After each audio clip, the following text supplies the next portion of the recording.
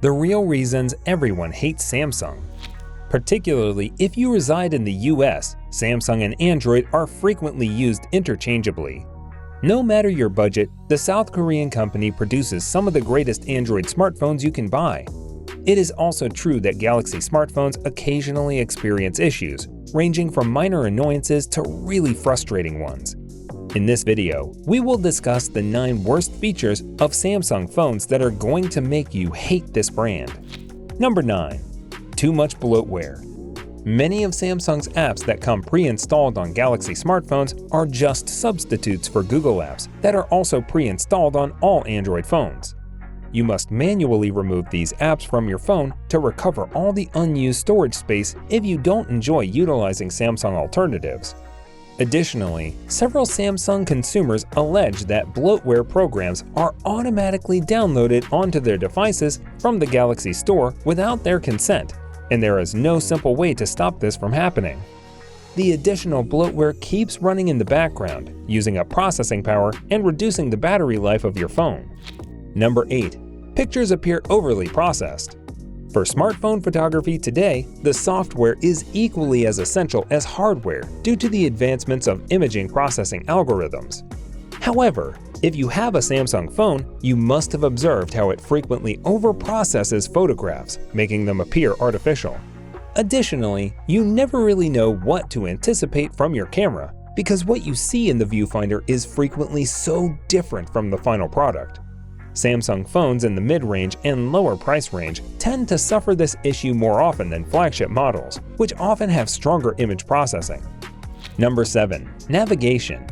We also dislike how Samsung makes using its services the default choice for many UI actions. For instance, when you long press the power button, Bixby instead of the power off menu is launched by default. And from the home screen, swiping left brings up Samsung Free rather than Google Discover. But probably the biggest issue we have with One UI is how occasionally challenging it can be to navigate. Just to be clear, we appreciate that One UI has a ton of helpful features, but we can't help but lament the unintended consequences of having to hunt for functions that are tucked away in the program. This results in a lot of useful features going underutilized. Number 6. Issues with Samsung Messages. The default messaging software on many Galaxy devices is Samsung Messages, which competes directly with Google Messages. The issue is that Samsung Messages have several restrictions. For instance, Google Messages offers Smart Reply, nudges, suggested actions, Google Assistant recommendations, the ability to share files during discussion, and the possibility to have OTP messages deleted automatically after 24 hours. None of these are present in Samsung Messages. Furthermore, Samsung Messages has you jump through hoops to do the same task as Google Messages, which is much simpler to use on a desktop thanks to its messages from web service. The latter also prevents you from sending stickers in a discussion without using Samsung Keyboard and prompts you to swipe away a notification each time you send a new message. Number 5. Charges more slowly than Android rivals. Comparing Samsung to its Android rivals, it may be the company that increases charging speed the least slowly. The fastest charging speeds Samsung now offers are up to 45 watts with its flagship S22 Ultra and S22 Plus models, while other brands are pushing phones with 65 watts, 80 watts, 120 watts, or even greater charging speeds. Number 4. Samsung Pass doesn't work with Chrome. You can instantly log into websites and apps using Samsung Pass, a biometric authentication service, by using your fingerprint. In essence, it is an autofill service. The Samsung Knox security technology protects your biometric information, which is its best feature. Samsung Pass is more secure than third-party authentication services like LastPass because Samsung Knox is by far the most secure Android mobile security platform. The problem?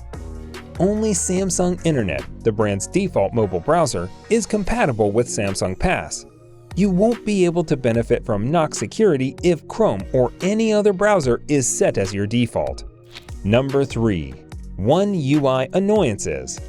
Even though One UI is among the greatest Android skins available, several elements of it are unsatisfactorily constructed, illogical, or incomplete. For instance, changing the icon's shape is not a native option. This option was available in One UI. However, Samsung later deleted it for no apparent reason. That means until you download Samsung's Good Lock customization program, you're stuck with Squircle icons. Number 2. Slow fingerprint scanning. Additionally, we've seen that it takes too long for fingerprints to be registered, particularly for those with calluses or other skin irregularities on their fingertips. Due to said anomalies, the phone will occasionally flat out refuse to register your fingerprint. Some mid-range Galaxy phones take too long to read your fingerprint and unlock the lock screen, even after you've registered them. Since you would have to battle to unlock your phone each time, it is incredibly inconvenient.